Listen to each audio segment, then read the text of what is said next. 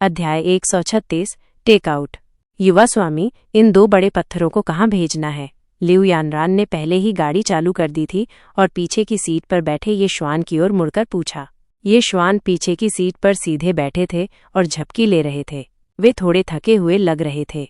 उन्होंने अपनी आंखें भी नहीं खोलीं और सीधे कहा, इतनी बड़ी चीज जगह घेरेगी, चलो इसे विला नंबर 1 पर ही भेज देते हैं। चूंकि इसमें भारी शारीरिक श्रम शामिल था, इसलिए झेंग जियांगहाओ उन दोनों के साथ विला नंबर 1 पर वापस चला गया। झेंग जियांगहाओ ने ये श्वान के निर्देशों के अनुसार कच्चे पत्थरों को व्यवस्थित किया। उन्होंने बड़ी आसानी से अपने हाथ झाड़े। युवा स्वामी, यदि आपको और कुछ नहीं चाहिए तो मैं पहले निकल जाऊंगा। उन्होंने समय देखा और पाया कि लगभग दोपहर का भोजन का समय हो गया था। उन्हें चिंता थी कि यदि वे यहाँ रुके तो युवा स्वामी के भोजन में देरी हो जाएगी। ये श्वान ने कहा, पहले ही दोपहर हो चुकी है और मैं तुमसे जाने के लिए कह रहा हूँ। जो लोग स्थिति नहीं जानते हैं वे सोच सकते हैं कि मैं तुम्हारे साथ बुरा व्यवहार कर रहा हूँ। रुको, चलो साथ में भोजन करते हैं। ठीक है। झेंग जियांगहाओ मुस्कुराया और सहमत हो गया। इससे किनारे पर खड़ी लिऊ यानरान ने अपना मुंह ढक लिया और हंसने लगी। उसने ये श्वान से फुसफुसाते हुए कहा, तुम्हारा अंगरक्षक मूर्ख दिखता है, लेकिन वह बहुत सीधा सादा है। ये श्वान हल्के से मुस्कुराए और कुछ नहीं कहा। आखिरकार झेंग जियांगहाओ अपने अधीन दर्जनों लोगों का बड़ा भाई था। उसका सीधा सादा होना सामान्य था। इसके अलावा झेंग जियांगहाओ मूल रूप से सेना से थे, इसलिए ये व्यक्तित्व उनके चरित्र के अनुकूल था। ये श्वान ने अपनी कलाई उठाई और देखा कि पहले ही दोपहर हो चुकी थी। वे बाहर जाने के लिए बहुत आलसी थे और उन्होंने सीधे लिऊ यानरान से कहा, इस समय बाहर खाने मत जाओ, चलो घर पर ही टेकआउट खाते हैं। लिऊ यानरान ने सिर हिलाया और टेकआउट ऐप खोलने के लिए अपना फोन निकाला।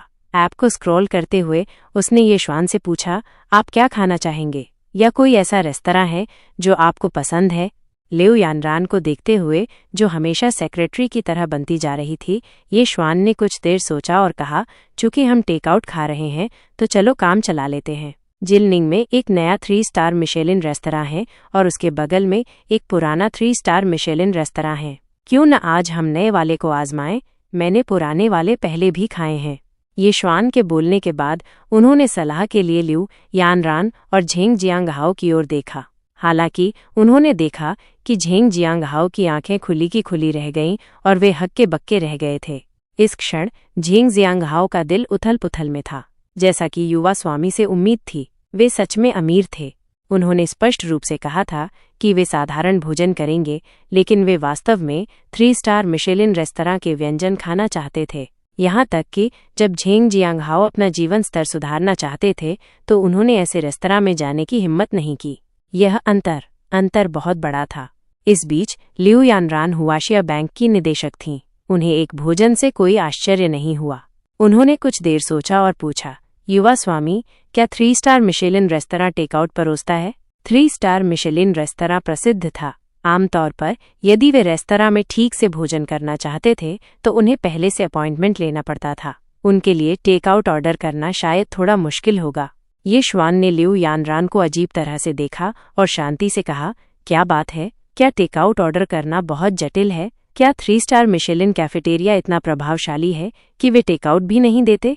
लिऊ यानरान ने निश्चित रूप से युवा स्वामी से बहस करने की हिम्मत नहीं की। वह केवल उन्हें मनाने की पूरी कोशिश कर सकती थी। युवा स्वामी, मेरी बात सुनिए। 3 स्टार मिशेलिन रेस्तरां के लिए टेकआउट होना असंभव है। आखिरकार उनकी अपनी शैली है। मैंने कभी किसी टेकआउट प्लेटफॉर्म या इवेंट के बारे में नहीं सुना है जो 3 स्टार मिशेलिन रेस्तरां से खाना डिलीवर करता हो। उच्च स्तरीय और उत्तम दर्जे का भाव कहाँ था? यदि वे टेकआउट से होने वाले छोटे लाभों के लिए भोजन करने वाले मेहमानों द्वारा अनुभव किए जाने वाले महान भाव को नष्ट कर देते तो यातायात इतना अधिक कैसे हो सकता था?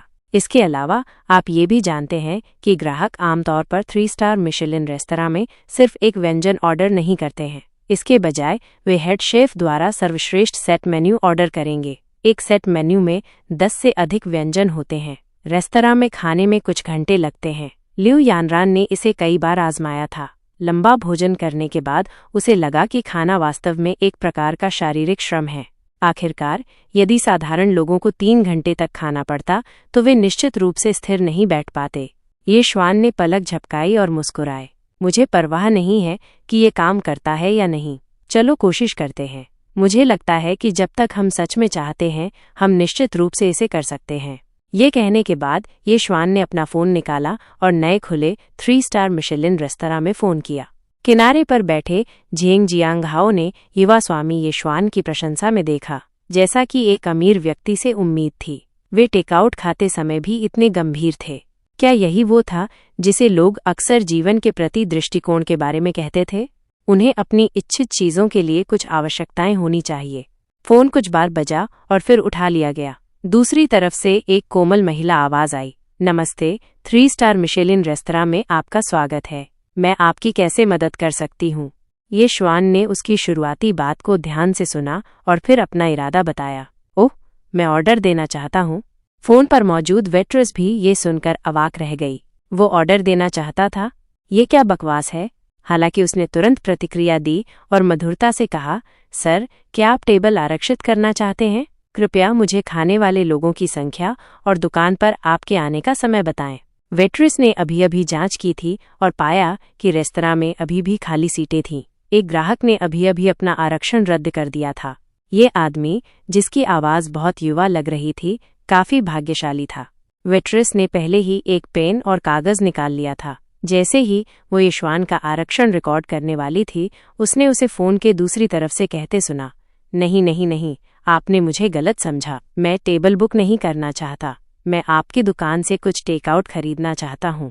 टेकआउट? वेट्रेस को बस अपने दिल में एक बेतुकापन महसूस हुआ। यहाँ तक कि अमीर लोग, जिनकी उसने अतीत में सेवा की थी, उन्होंने भी ऐसा अजीब सवाल नहीं पूछा होगा। कोई वास्तव में 3 स्टार मिशेलिन रेस्तरां में टेकआउट ऑर्डर करने आया था। क्या ये कोई मजाक था? सर, क्या आप मजाक कर रहे हैं? आप सच में एक हास्यप्रिय व्यक्ति हैं।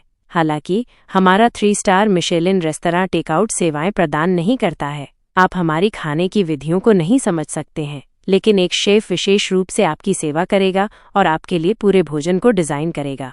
हालांकि वेट्रेस को लगा कि दूसरी पार्टी मजाक कर रही है, लेकिन एक पेशेवर सेवा कर्मचारी के रूप में पहली चीज़ जो उसे करनी थी वो ग्राहकों से गुस्सा नहीं करना था।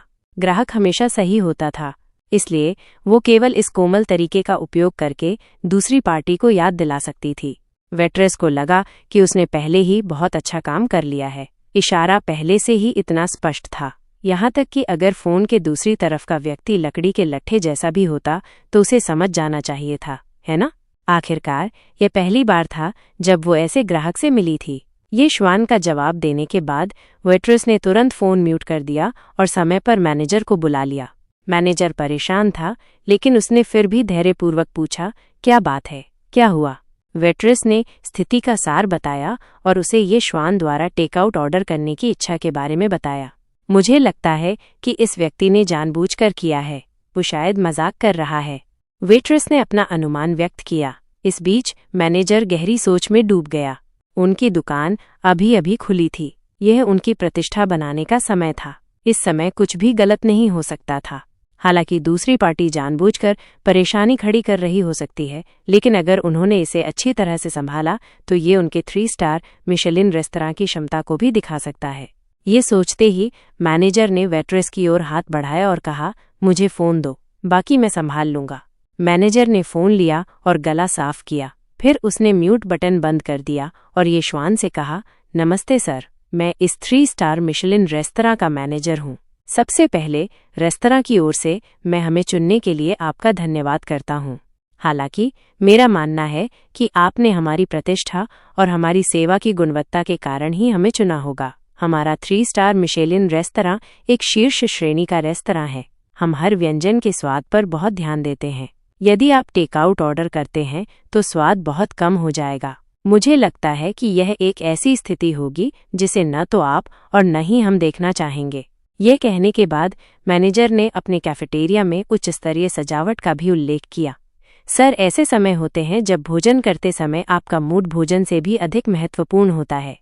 यदि आप व्यक्तिगत रूप से हमारे रेस्तरां में आ सकते हैं तो आप यहाँ बनाए गए विभिन्न वातावरणों को महसूस कर सकते हैं। आपकी यात्रा व्यर्थ नहीं जाएगी। मैं गारंटी देता हूँ कि आपको एक सुखद भोजन मिलेगा।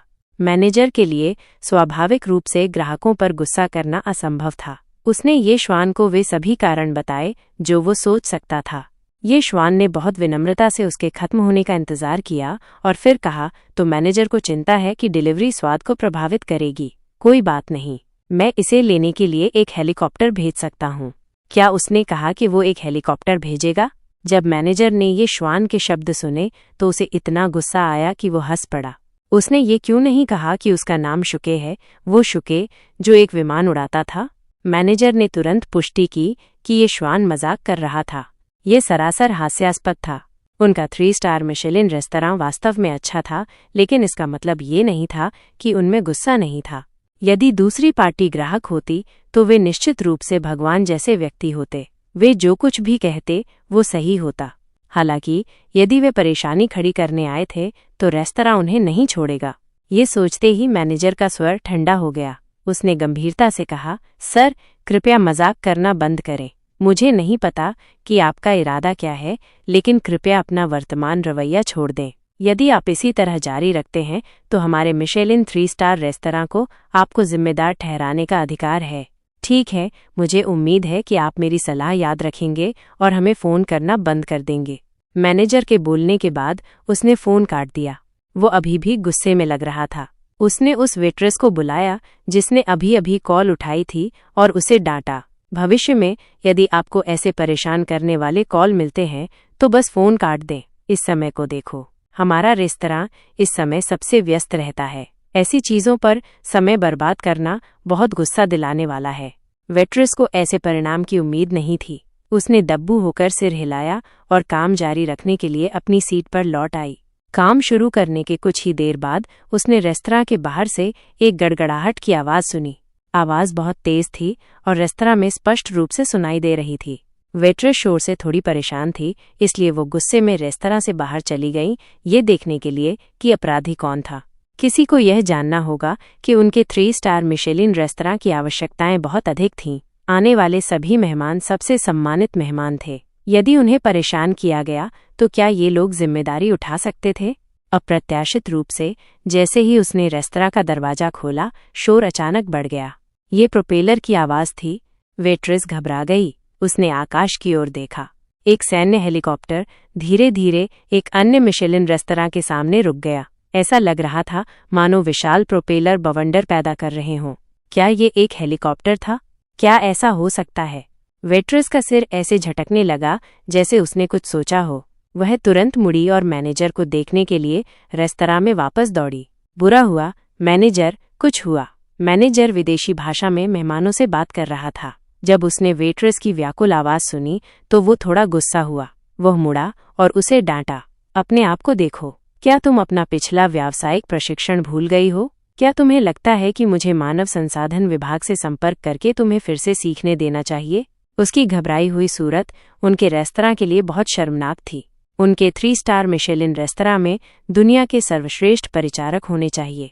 शालीनता हर परिचारक के लिए एक आवश्यक गुण था। चिल्लाना अनुचित था। हालांकि मैनेजर को भी चिंता थी कि कुछ हुआ है। उसे डांटने के बाद उसने पूछा, मुझे बताओ क्या हुआ? वेट्रेस का चेहरा पीला पड़ गया और वो हकलाते हुए बोली, आपको खुद बाहर जाकर देखना चाहिए। मैनेजर ने गुस्से में अपनी आंखें चौड़ी कीं और उसे घूरा। उसने अभी अभी स्पष्ट रूप से कहा था कि भोजन का चरम समय था। यदि वो हमेशा उसे व्यक्तिगत रूप से देखने के लिए कहती रही तो वह काम पर क्या कर रही थी? क्या वो मुफ्त भोजन के लिए यहाँ आई थी? मैनेजर, गुस्सा मत करो। मैंने हमारे बगल के रेस्तरां के सामने एक हेलीकॉप्टर देखा। मुझे लगता है ये टेकआउट लेने आया है। वेट्रेस की आवाज़ धीरे धीरे धीमी होती गई, लेकिन मैनेजर के लिए ये एक गरज की तरह थी। कहानी जारी रहेगी।